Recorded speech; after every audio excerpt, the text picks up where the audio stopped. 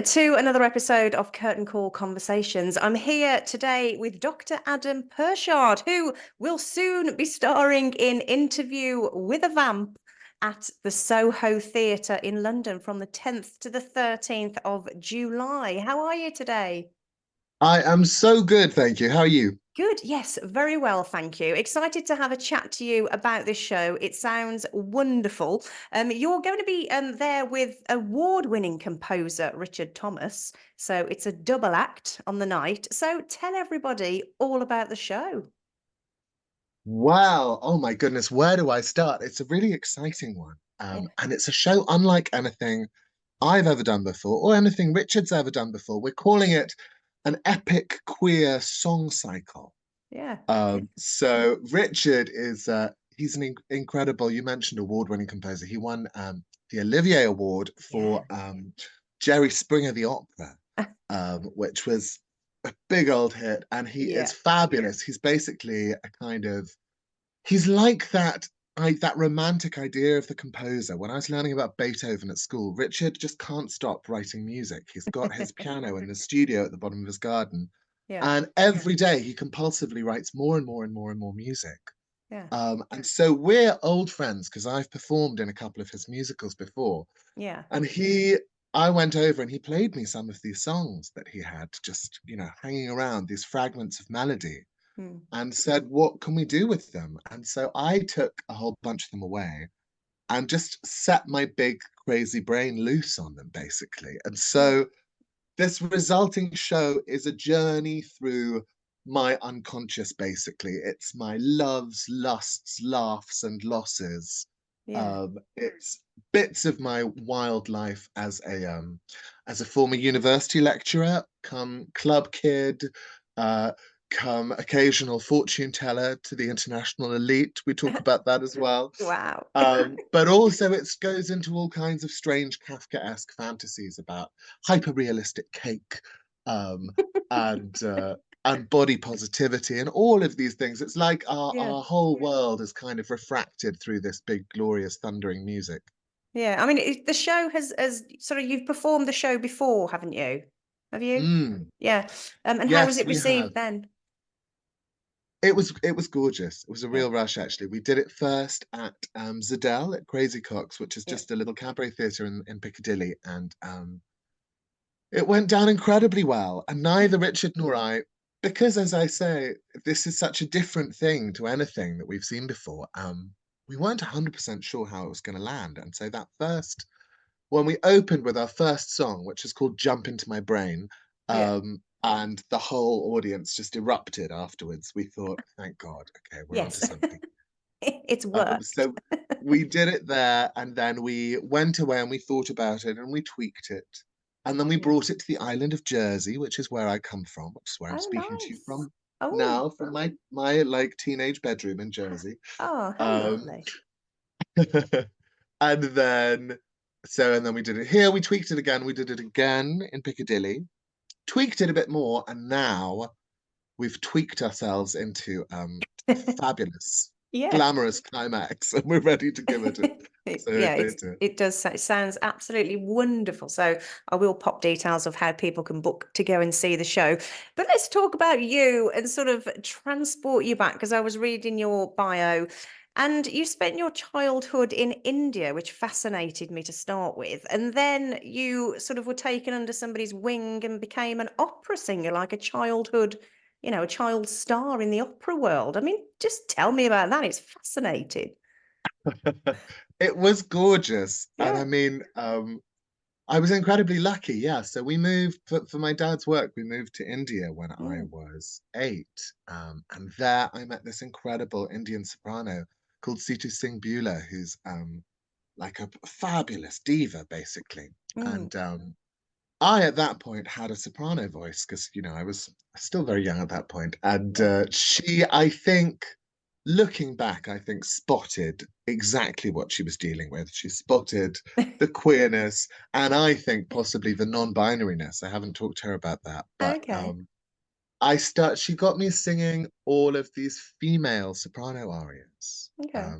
And it just, they spoke to me unlike anything else, and I Mm. was I had a strong voice and she was an amazing teacher. So I ended up singing these huge soprano arias, you know, Tosca, Violetta, Carmen, on stage in Wow. India. And in India, people were not at all bothered by the fact that there was this quite large kind of assigned male at birth Mm, body singing female opera arias. yeah. Everybody just got into it and it was amazing. I loved it. So that was the kind of beautiful world that I grew up in. And then when I moved back to the UK when I was 15, um, it was a little bit of a shock at first because Mm, I ended up training at the Royal Opera at Covent Garden, which was okay. great with Mark Packwood, who was into what was happening. But initially, I came back and people were like, "Oh God, who is this? Who is this man singing soprano arias? You know, stop it immediately." Yeah. Um, but I think I brought all of that with me, really, into Yeah. my present day life as a kind of you know, cabaret singer, but also occasional opera singer Yeah. and writer and artist. So did That's you just my still? dog sighing in the background. Oh, bless. We'll allow that. So did you continue sort of have you continued with the soprano voice sort of into adulthood? I mean, it's not normal that you would. No, I Your mean, voice it broke. stuck around after my speaking voice broke. I Mm, kept the soprano range for a did good you? 4 years, but it was getting harder and harder to keep it going. And I started Yeah. really wanting to party. That was one of the main things. When you've got this very dainty little soprano voice, they don't want you smoking fags No. and doing tequila shots. And, you know, like every 17-year-old in the world, that's Yeah. what I wanted. Maybe Yeah, not the fags, every exactly. Yeah, tequila shot. exactly.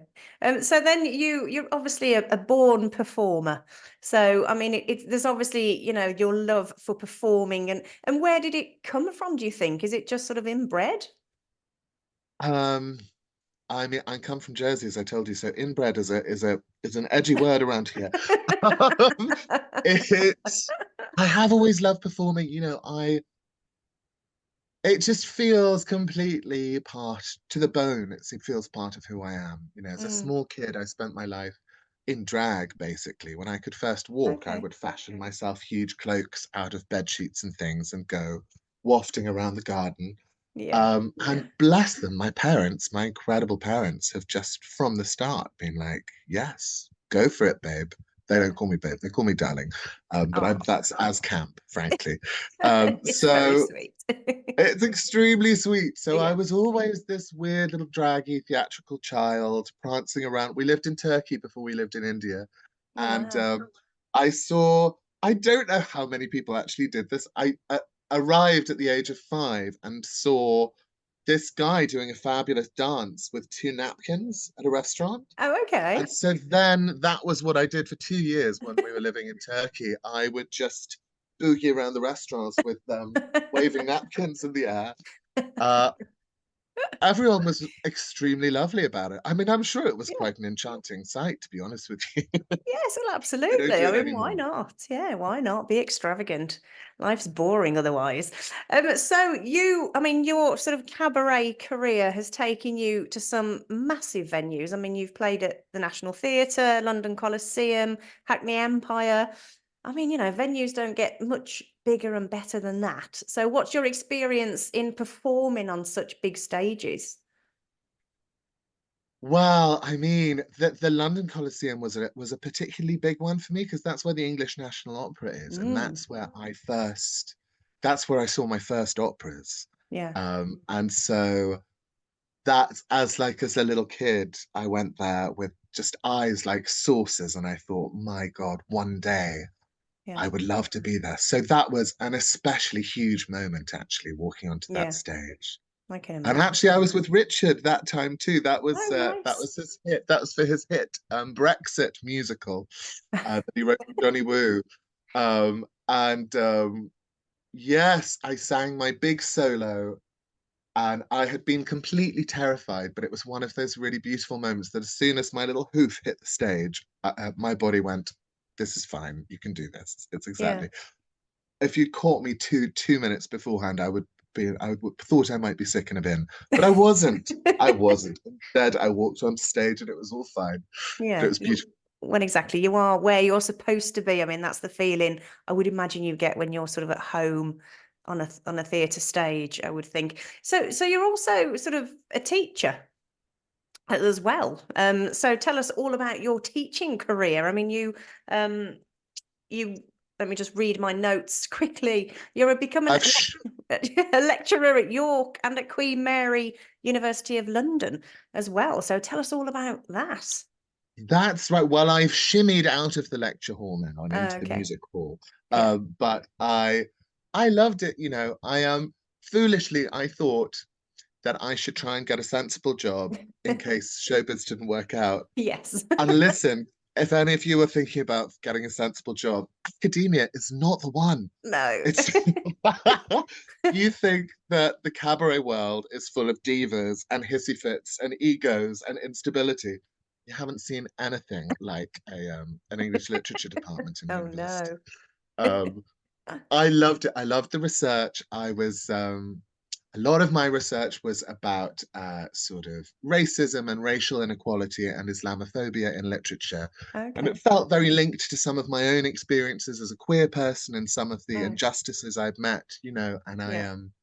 I'm really interested in the way that our experiences can kind of overlap as different minorities. And that's something that comes forward in Interview with the Vamp, actually, as well. Yeah. So I loved it. I loved the research and I loved my students, but the lighting was terrible.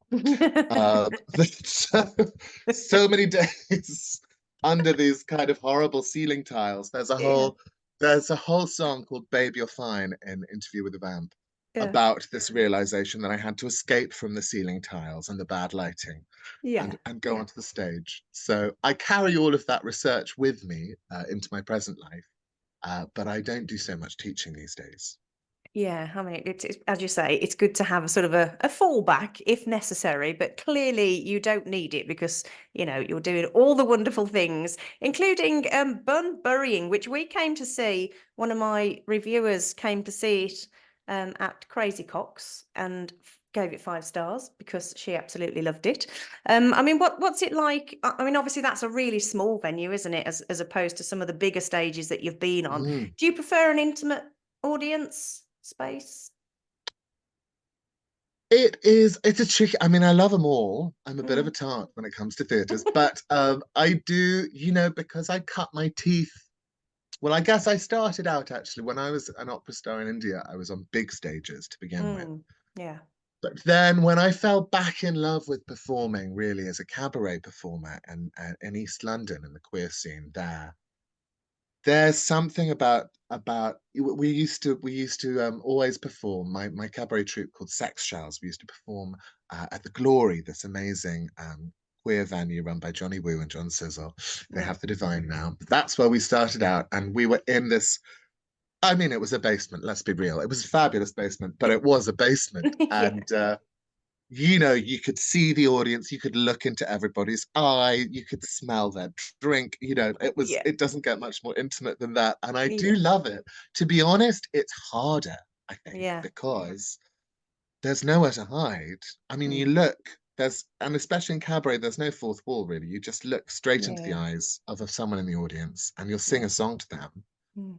And, if you forget your words or something, or you're not completely in the moment, they can see. But it also makes for these really magically intimate relationships. So Yeah. I Can love that. imagine. So as you mentioned before, then you did drag. I mean, do you still do drag? And what's your drag persona? I know I sort of have always done drag slash have never done drag. I mean, I spent a Okay. year dressed as Elizabeth I when I was at school, so that's quite draggy, isn't it? I'd come back from school and my mum would help me into my costume. I was Elizabeth I, but Oh. I could shoot lightning bolts from my hands, like Wow. Storm from X-Men. It's a very good mashup. Yeah. uh, so I always wear very kind of big, elaborate costumes. I always wear makeup. So I definitely live in the drag world. Yeah. Um, I'm getting perilously close to saying some of my best friends are drag queens, but they are. I mean, that's where I grew up and that's where I continue to be. Yeah. It doesn't feel completely like drag what I do because it doesn't feel like there's much of a gender bending thing going on because I'm not Mm, non-binary anyway. I yeah, already live in a kind of glamorous hinterland between yeah, genders, and yeah, that's just how I dress. I just sort of dress as my own, yeah. I'm still basically Elizabeth I shooting lightning bolts from my hands, but Yeah. that's just who I am. Why would you want to be anything different? Let's be honest. That sounds fantastic. So going back to Interview with the Vamp, as I say, running at the Soho Theatre. I mean, you've obviously done this show before, and you mentioned there at this top there that you've honed it and altered it, etc. So are you ready, completely ready to go? I mean, I know we've still got a bit of a time. It's not till July. Will there be more changes and more honing in? There will definitely be more changes. Yes. Yeah. I mean, Richard's a great honer. He loves a hone. He so he's always interested in making a few little changes and seeing how that affects the whole. I I am slightly less that way, but we have a Yeah. lovely backwards and forwards where he's like, I've had this great idea for this, and I'll say, I've had this great idea for this. Yeah. And then we have a sitting with a glass of wine, and half the time we say, well, neither of those ideas are any good, but occasionally they are. Yeah. So the bones of the show are there. All of our fabulous jokes and our songs are all there. It's just a question of we might add the odd little kind of musical rhinestone here or there. Mm. But the full Liberace of the show is done. Yes, excellent. It sounds fantastic. So I will pop on the next slide where people can book their tickets for this fantastic show. But thank you so much for having a chat with me today. It's been a pleasure. I wish you all the best with the show and everything that comes from that in the future. Oh, that's so incredibly kind of you. I've You're loved welcome. this. This has been gorgeous. Oh, you're more than More, welcome. please. I hope to see you myself in person at somewhere or other. Definitely. Glass of Yes. wine after the show, I think. Oh, yeah. Why not? Now you're talking. Thanks very much, Adam. Take care. Bye bye. Thank Bye you. bye.